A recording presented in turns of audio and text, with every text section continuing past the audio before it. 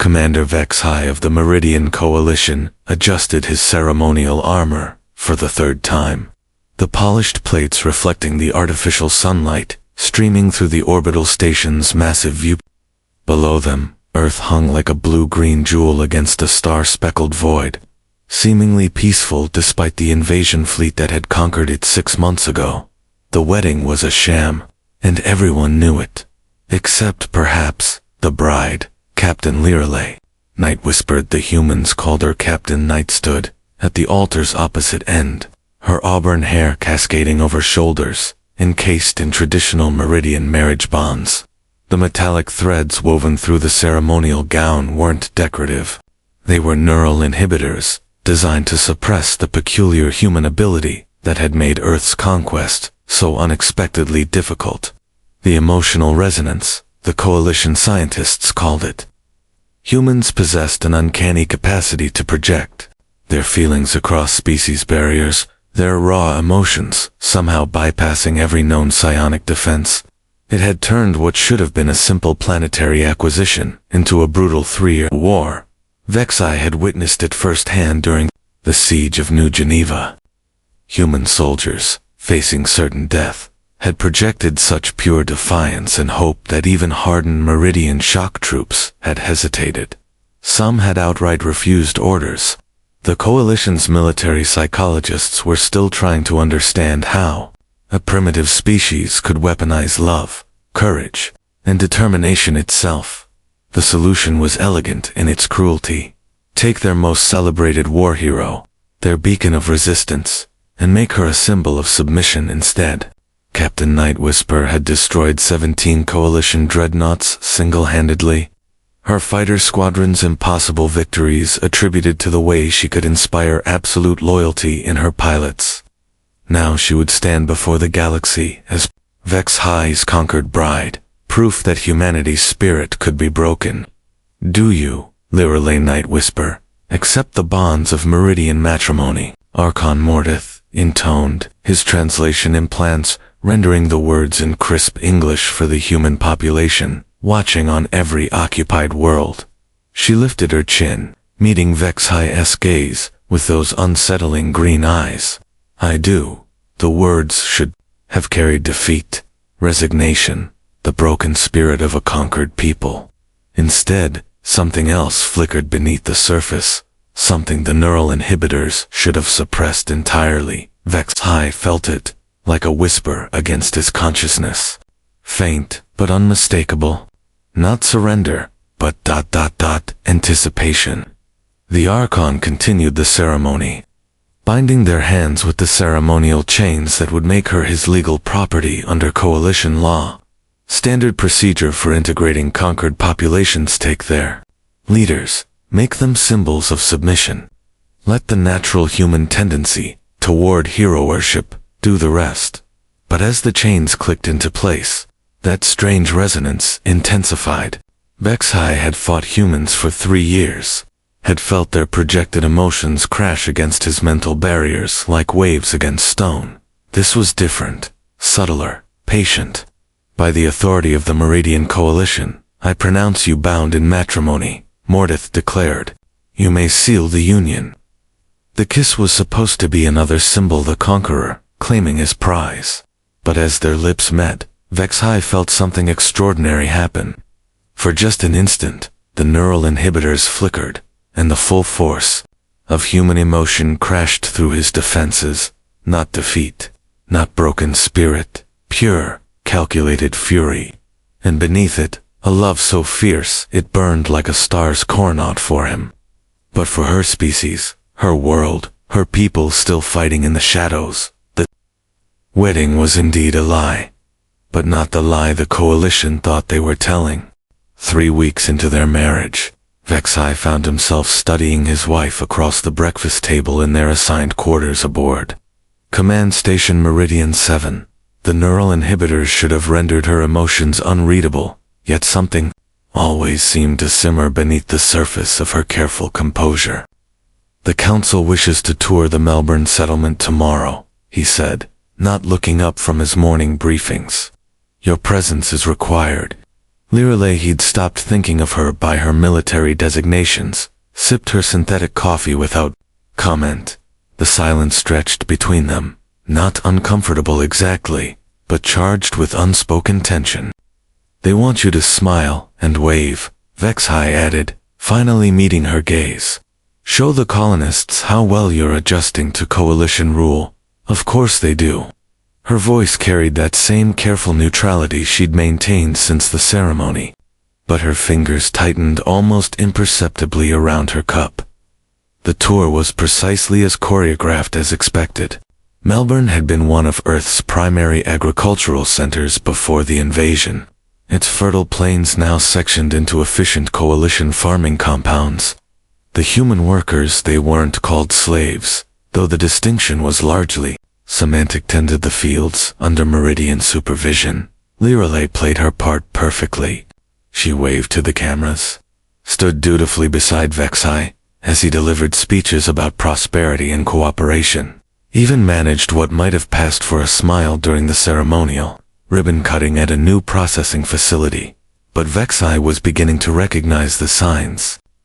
The way her breathing changed when they passed groups of human children, the microscopic tightening around her eyes when coalition guards herded workers a little too roughly, the way her hands clenched and unclenched when she thought no one was watching. The neural inhibitors were supposed to prevent emotional projection, not eliminate emotion entirely. If anything, they seemed to be compressing her feelings, building pressure behind an increasingly fragile dam. That evening, back in their quarters, the dam finally cracked. They'd been reviewing footage of the day's events, standard procedure, to ensure proper messaging. When a particular segment appeared on screen, a group of human children had broken through the security cordon to present Lirelei with hand-picked flowers, their faces bright with the kind of innocent hope that war hadn't yet managed to crush. Vexhai watched his wife's reflection in the monitor as the scene played out, watched her careful mask slip for just an instant, watched a single tear track down her cheek before she could stop it. But this wasn't just any tear. Something was wrong with the neural inhibitors. Instead of containing the emotion, they seemed to be focusing it, concentrating it like a lens focuses light.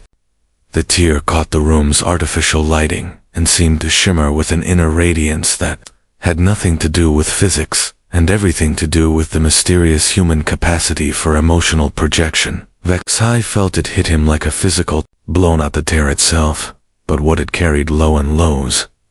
Disparity, protective fury, and underneath it all, something that made his combat-hardened warrior's mind real with its implications. Hope. Absolute, unshakable hope. Lirelei, he said quietly. She turned, and for the first time since their forced union, he saw past the careful facade to the woman beneath.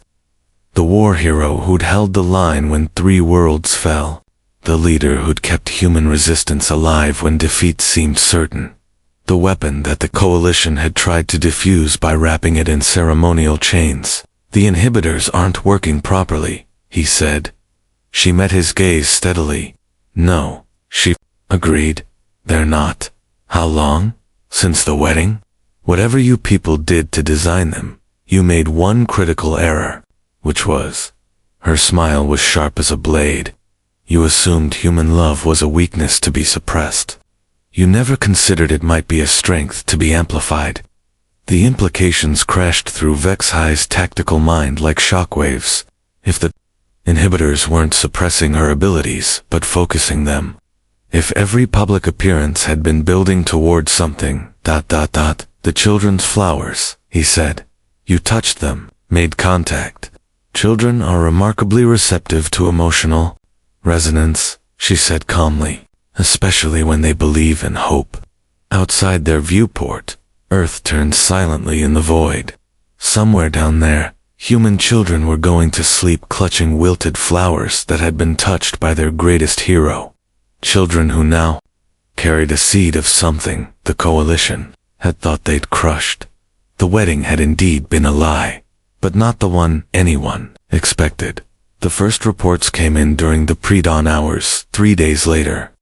Minor incidents, across 17 human settlements, work slowdowns, equipment malfunctions, small acts of defiance that barely registered on the Coalition's threat assessment matrix. Vexai might have dismissed them entirely, if not for the pattern. Every incident occurred in settlements where children had been present during Liralay's public appearances over the past month. Coincidence, declared Admiral Quinter during the morning briefing, his scaled features betraying no concern. Seasonal productivity variations. The humans always become restless as their planet's rotation brings this region into winter. But Vexai had spent 3 years fighting humans. He recognized the signs of coordinated resistance, even when it wore the mask of random defiance. That afternoon, he confronted his wife in their quarters. She was reading an old Earth novel about rebellion and revolution that had somehow passed Coalition sensors, seemingly oblivious to the growing unrest below. "The children," he said without preamble. "What did you do to them?" Liralay looked up from her book, her expression carefully neutral. "I don't know what you mean." 17 settlements, all locations where children made direct contact with you during ceremonial appearances, all now experiencing spontaneous acts of resistance. She closed the book slowly, her fingers tracing the worn cover. Children are remarkably intuitive. Perhaps they sense something their parents have forgotten, which is that some things are worth fighting for. The neural inhibitors hummed softly around her throat and wrists, their blue glow indicating normal function. But Vexai was beginning to suspect that normal wasn't what the Coalition scientists had intended. "You're weaponizing hope," he said. "Hope weaponizes itself," she corrected. "It spreads like fire when given fuel." The Coalition made the mistake of trying to contain it instead of understanding it. Over the following days, the pattern expanded. Not just the settlements where children had made contact, but their families, their communities, their extended networks. The emotional resonance was spreading through purely human channels now, person to person, heart to heart, in ways that Coalition monitoring couldn't track or predict. Work crews began singing old Earth songs. Farmers started planting flowers alongside mandatory crops. Teachers told stories about heroes and legends that the Coalition had banned. Small acts, seemingly meaningless in isolation, but building toward something larger. Vexai found himself studying classified reports with growing unease. The Coalition had conquered 17 different species over the past 2 centuries, all following established protocols. Identify leadership, eliminate or co-opt key figures, implement gradual cultural integration. It had never failed, but none of those species had possessed humanity's peculiar gift for emotional contagion. The inhibitors aren't malfunctioning, he realized one evening. Watching his wife tend a small garden she'd somehow been permitted to cultivate in their quarters. "They're doing exactly what they were designed to do, are they?" she asked without looking up from the seedlings. "They were meant to suppress emotional projection, but suppression isn't elimination, it's compression, and compressed emotions, when finally released, explode," she finished. "Your scientists studied human psychology but never understood human nature. We don't just feel emotions, we share them, and when you try to bottle up what we share..." She stood, brushing soil from her hands. For the first time since their forced wedding, she smiled genuinely. "Well, you'll see soon enough." That night, Vexai dreamed of fire. Not the destructive flames of war, but something warmer, more alive. The kind of fire that spreads from hearth to hearth, house to house, community to community, until entire worlds blaze with shared purpose. He woke to find Liralay sitting by the viewport, watching Earth turn below them. The neural inhibitors around her throat pulsed with an irregular rhythm, like a heartbeat, or a countdown. "How long?" he asked. "Soon," she said. "The network is almost complete." "What network?" She turned to face him, and in her eyes he saw something that made his warrior soul tremble with recognition.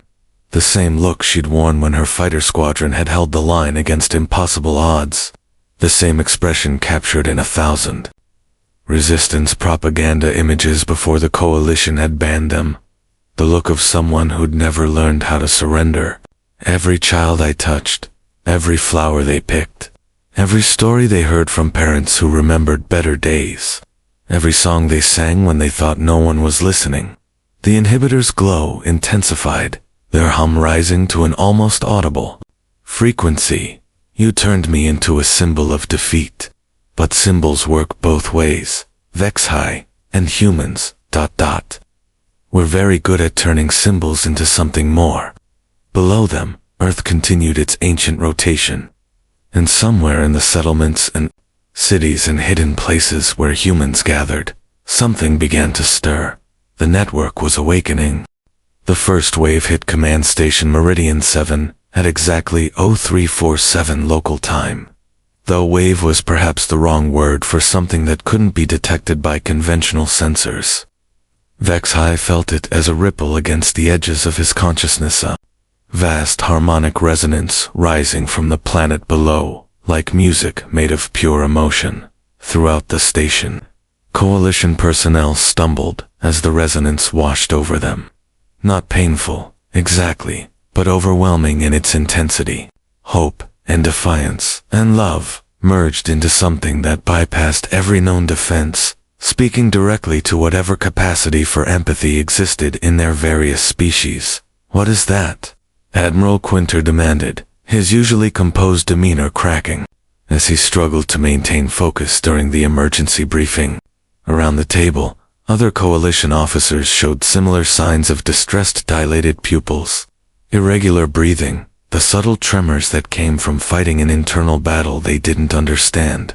Vexhai knew, though he said nothing. This was what human emotional resonance looked like when it wasn't being suppressed or contained, but amplified and coordinated across an entire population. The reports flooding in from across the occupied territories painted a picture that coalition tactical doctrine had never accounted for. Not an uprising in any conventional sense. No weapons raised, no installations attacked, no violence offered. Instead, something far more dangerous, synchronized hope. In Melbourne, the agricultural workers had begun singing, not work songs or marching anthems, but lullabies. Children's songs, love ballads that spoke of better days and dreams that couldn't be conquered. The sound rose from 10,000 throats in perfect harmony. And somehow impossibly the melody was being picked up in settlements hundreds of kilometers away. In the ruins of Sydney, human children had begun placing flowers on coalition checkpoints, not as offerings or tributes, but as declarations.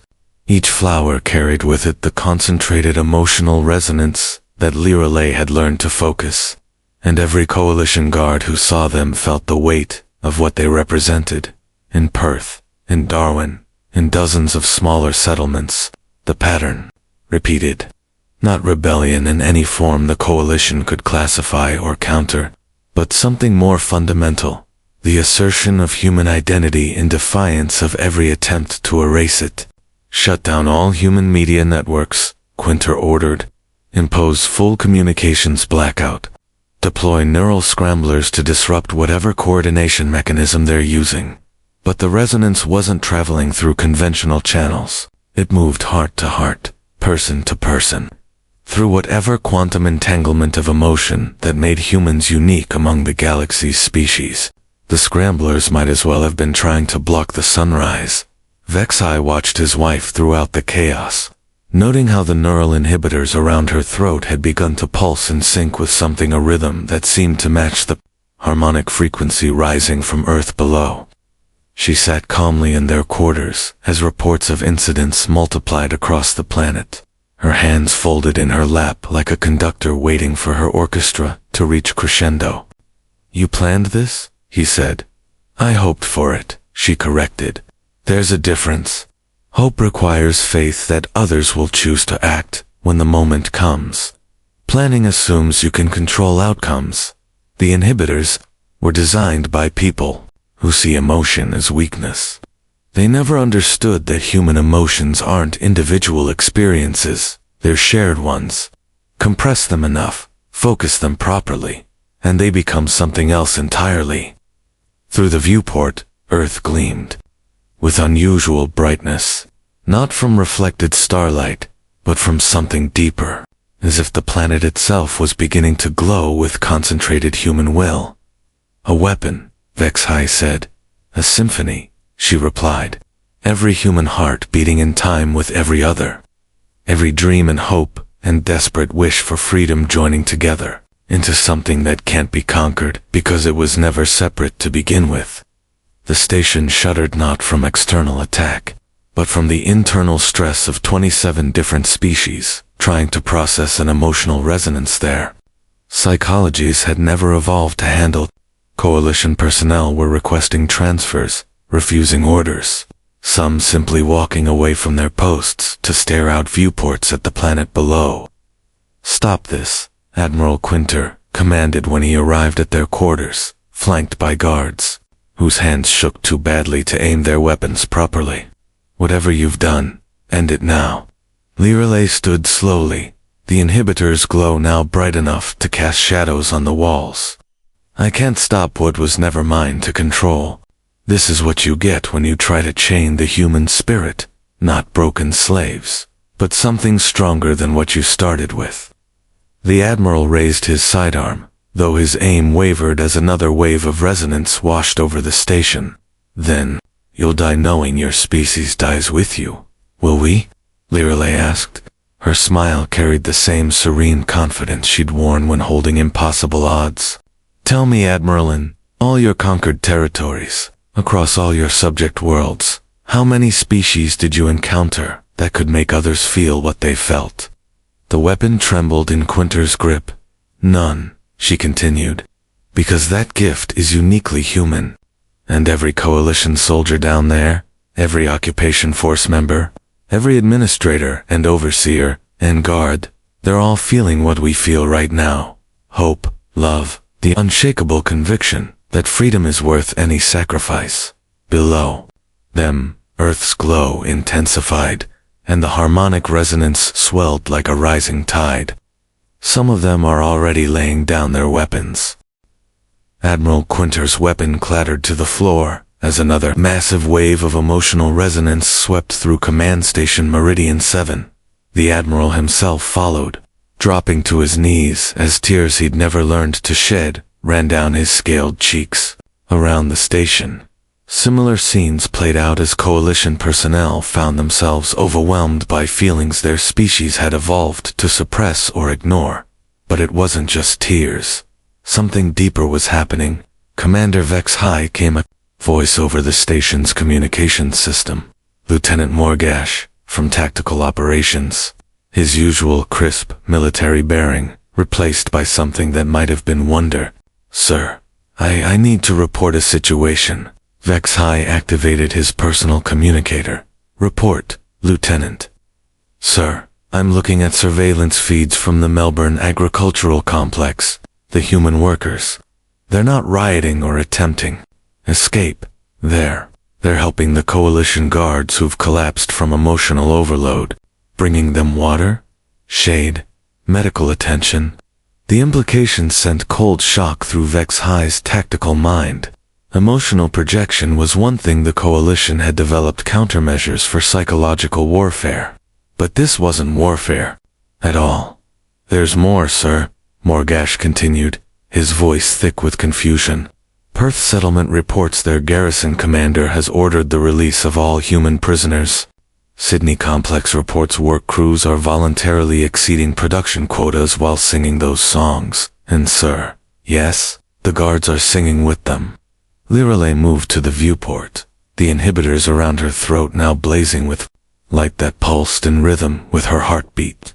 Below them, Earth didn't just glow, sang. A harmony of billions of voices raised not in anger or vengeance, but in something the Coalition had never encountered from a conquered species. Forgiveness. "You're not just projecting defiance," Vex-High realized. "You're projecting compassion. We're projecting what makes us human," she replied. "All of it.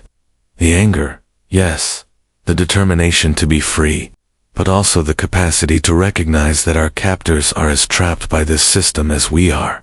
Through the communications system, reports continued, flooding in from across the occupied territories. Coalition forces laying down weapons not in defeat but in bewilderment. Human work crews taking care of collapsed guards while continuing to sing songs of hope and freedom. Administrative personnel walking away from their posts not in fear, but in search of something they'd never known they were missing. It's spreading beyond Earth, Morgash reported, his voice now barely above a whisper. Colonies with human populations are reporting similar phenomena. Even worlds with no humans are. Sir, they're requesting permission to negotiate with their own subject populations. The coalition had built its empire on the principle that conquest was inevitable, that stronger species naturally dominated weaker ones.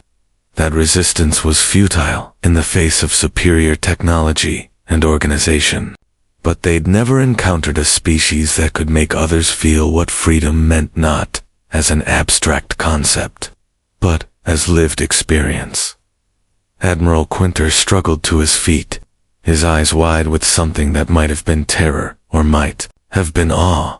What have you done? What humans have always done, Lirile said, without turning from the viewport. We've shared ourselves with others. The coalition spent 3 years trying to understand our military capabilities, our technology, our tactical doctrines. But you never studied what made us fight so hard in the first place, which was love. The word carried such weight, such pure, concentrated emotion, that every coalition officer within hearing range staggered. Love for each other, for our world, for the idea that every sentient being deserves the chance to choose their own path. The inhibitor's light was now almost too bright to look at directly, but Vexai found himself unable to look away. This was what the coalition's scientists had been trying to contain, not just human emotion, but the human capacity to make others feel worthy of love, deserving of freedom, capable of choosing something better than the fear and domination that had ruled the galaxy for centuries. The network isn't just connecting humans, he said. No, she agreed.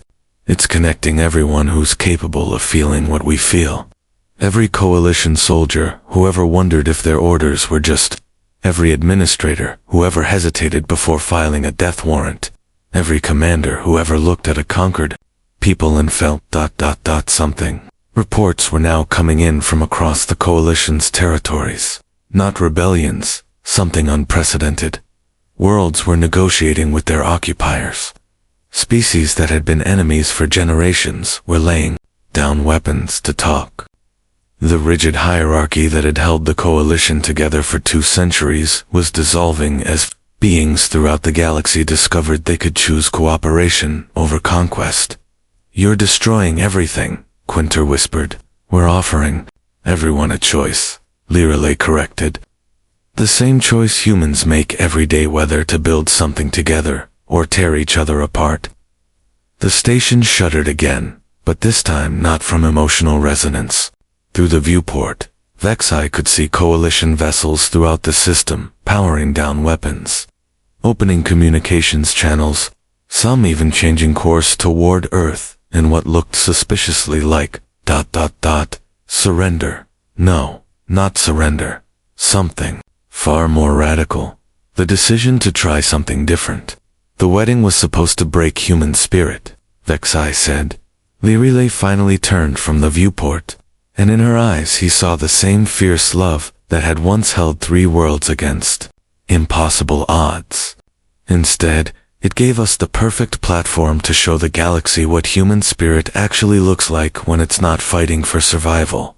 The inhibitor's glow reached critical intensity, and suddenly, they simply ... stopped. The neurals fell silent, their task complete, not through malfunction, but through obsolescence. What they'd been designed to contain had grown beyond any possibility of containment. What happens now? Vexai asked. Lirile smiled, and this time there was nothing careful or calculated about it. Pure joy, radiating outward like light from a star. Now we find out what the galaxy looks like when everyone gets to choose. 6 months later, Vexhai stood in the same ceremonial chamber where their forced wedding had taken place, but everything had changed. The viewing ports now looked out not on a conquered Earth, but on a planet that blazed with light from millions of cities celebrating the galaxy's first interspecies cooperation festival. Ships from dozens of worlds hung in orbit, not as invasion fleets, but as delegates to the new Galactic Council. Lirelei entered, wearing not the ceremonial chains of a conquered bride, but the simple blue uniform of Earth's first ambassador to the Council. The neural inhibitors were gone, of course, though their absence seemed less important now that half the galaxy had learned to process human emotional resonance without technological assistance. The Meridian homeworld voted to join the Council yesterday, she reported, settling into the chair across from his desk. In the months since the network had awakened, they'd discovered they worked well together, not as captor and prisoner, but as partners in building something unprecedented. Unanimous? Vexhai asked. Unanimous. Turns out that once you give people the choice between fear and cooperation, the decision isn't difficult. It had taken time for the full implications to become clear. The emotional resonance hadn't just reached coalition military forces, it had touched every species they'd encountered, awakening capacities for empathy and cooperation that millennia of warfare had buried. The rigid hierarchies that had defined galactic politics for centuries simply dissolved. Not through revolution or conquest, but through the radical discovery that most beings, given the choice, preferred building to destroying. The coalition still existed, technically, but it bore no resemblance to the empire that had conquered Earth. Command structures had flattened into council systems. Occupied worlds had become autonomous partners. The vast military apparatus had transformed into something resembling a galaxy-wide Peace Corps, helping species develop trade relationships and cultural exchanges instead of preparing for endless war. Admiral Quinter sends his regards, by the way, Lirelei added, with amusement. He's apparently discovered a talent for xenobotany. Who knew that Saurian psychology was perfectly suited for helping plants from different worlds adapt to new environments? It was perhaps the strangest aspect of the transformation. Beings throughout the galaxy discovering aptitudes and interests they'd never been allowed to explore under the old system. Military commanders becoming artists, scientists becoming teachers, entire species finding their calling in pursuits their cultures had never valued. There's something else, Lirelei said, her tone growing more serious. The archaeological teams on Kepler 44b have found something, evidence of another species that possessed emotional projection abilities. Vexhai looked up sharply. Another species like humans. Not like humans exactly, but similar. The interesting part is what happened to them. She activated a holographic display showing ancient ruins on a world that had been barren when the Coalition first catalogued it centuries ago. But the ruins told a different story. Massive cities, artistic monuments, clear signs of a thriving civilization that had simply stopped. They died out, Vexhai observed. They evolved, she corrected. The archaeological evidence suggests they reached a point where individual consciousness began merging into collective awareness. Perfect empathy, perfect understanding, perfect unity, and they stopped being individuals, became something else entirely, a single consciousness, distributed across an entire species. She paused, the display on an image of crystalline structures that might have been artwork, or might have been the fossilized remains of evolved beings. Perfect harmony. No conflict, no suffering, no loneliness, also no growth, no change, no individual creativity or choice. The implications hung heavy in the chamber. The same capacity that had transformed galactic civilization could, taken to its ultimate conclusion, eliminate what made sentient life worth preserving. Is that what's happening to humanity? Vexhai asked. We don't know. The network is stronger than ever, but humans are still distinctly individual. We share emotions, not thoughts. Feel each other's joy and pain, but make our own choices. She smiled. Maybe that's what makes us different. We learned to balance connection with autonomy. Or maybe you just haven't reached the tipping point yet. Maybe. But there's another possibility. She gestured to the viewport, where dozens of different species worked together. On the space stations and vessels that had become symbols of the new galactic order. Maybe the key isn't achieving perfect unity within one species, but building imperfect cooperation between many? Maybe diversity is what prevents the kind of evolutionary stagnation that consumed the Kepler civilization. It was an optimistic interpretation, but Vexai had learned to trust human optimism. After all, it had transformed the galaxy once already. The Council is voting tomorrow on the proposal to establish permanent mixed-species colonies, he said, places where different species can live and work together, sharing their unique perspectives while maintaining their individual identities. And if those colonies develop their own forms of emotional resonance, if other species learn to project empathy the way humans do, then we'll face that challenge when it comes, together. Lirelei stood, moving to the viewport, where Earth continued its ancient rotation, now surrounded by the ships and stations and orbital gardens that marked a world, no longer fighting for survival, but reaching toward the stars. In partnership with others, the wedding was supposed to be the end of human defiance, she said. Instead, it became the beginning of something none of us expected, which was she turned back to him, and in her smile, he saw the same fierce hope that had once held impossible odds against 3 coalition worlds. But now it was tempered by something new. The quiet confidence that came from discovering the galaxy was full of beings capable of choosing something better than fear.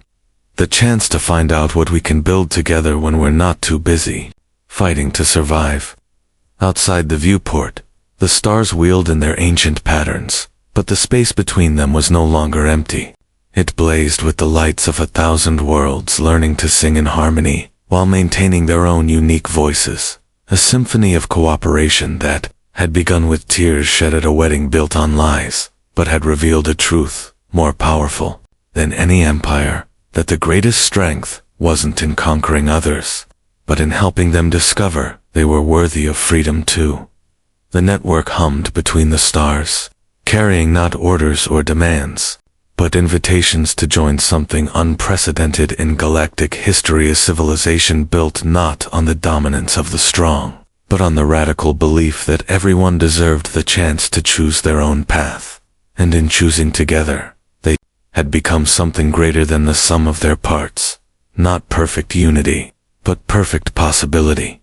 The wedding had been a lie, but the tears had revealed the truth that would reshape the galaxy forever.